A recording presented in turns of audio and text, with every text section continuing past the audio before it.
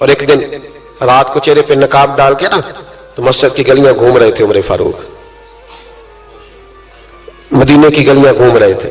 ایک دو گلیاں رہ گئیں تو فجر کا وقت ہو گیا تو حضرت عمر اپنے غلام سے کہنے لگے نماز پڑھ لیتے ہیں اور باقی دو گلیاں بعد میں گھوم لیں گے. حضرت عمر نے امامت کرائی تو نقاب اسی طرح چہرے پہ. ایک گلی سے گزر رہے تھے تو ایک بوڑھی اماں بیٹھی ہے خیمے میں، بوڑھی کچھ چہرے سے پریشان لگتی ہے. تو حضرت عمر غلام سے کہنے لگے اسے پوچھو کیوں پریشان ہے؟ ہمارا تو اپنا ابا پریشان رہتا ہے، ہم پوچھتے نہیں، ہم نہیں پوچھتے. ہماری اپنی اماں روتی رہتی ہے کہ چلو دو گھڑیاں رات کو آ کے بیٹھے گا میرے پاس، لیکن وہ آتا ہے 2 درجن کنوں لے کے اور سیدھا اپنے کمرے میں جاتا ہے اور بیگم صاحبہ سے کہتا ہے کہ یہ 6 اماں کو بھی دے آؤں، اس نے کون سا کھانے ہیں؟ تو وہ پلیٹ میں لے کے آتی ہے. پھر ماں کا دل ٹوٹتا ہے کہ یہ کمائی تو میری تھی، یہ تو بوٹا میں نے پالا تھا، لیکن یہ کس بیوپاری کے ہاتھ چڑھ گیا. ہم تو اپنے ماں باپ کو ٹائم نہیں دیتے، لیکن جب لوگ اللہ سے ڈرتے تھے رویہ کیا تھا.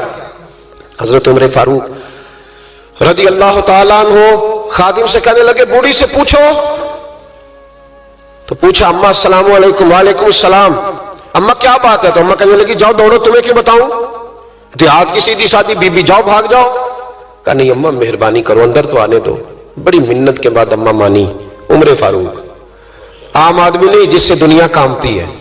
حضرت عمر اندر گئے. اماں کیوں پریشان ہو؟ تو اماں کہنے لگی تمہیں کیوں بتاؤں، میرا اپنا دکھ ہے.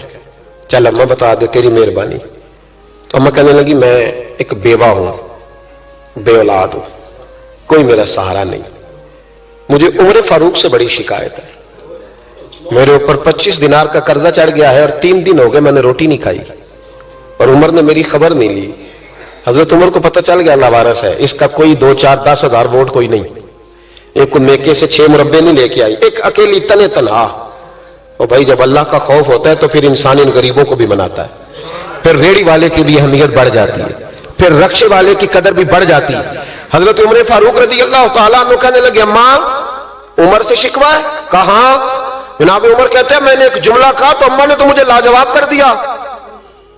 میں نے کہا اماں عمر کو کیا پتا کہ تو بھوکی اور مقروض ہے، اسے کیا خبر؟ تو اماں کہنے لگی کیا کہا تم نے؟ عمر کو خبر نہیں، اسے پتا نہیں؟ تو عمر سے کہو نا چھوڑ دے حکومت، اس کے حوالے کرے جو خبر رکھ سکتا ہے. کیوں بیٹھا ہے پھر؟ ہمارے حکمران کہتے ہیں ابھی میں صدمے میں ہوں، نکلوں گا تو بات کروں گا. نہ ادھر ادھر کی تو بات کر، یہ بتا کہ قافلہ کیوں لٹا؟ مجھے رہزنوں سے غرض نہیں، تیری رہبری کا سوال ہے. ہاں تجھے جواب دینا پڑے گا.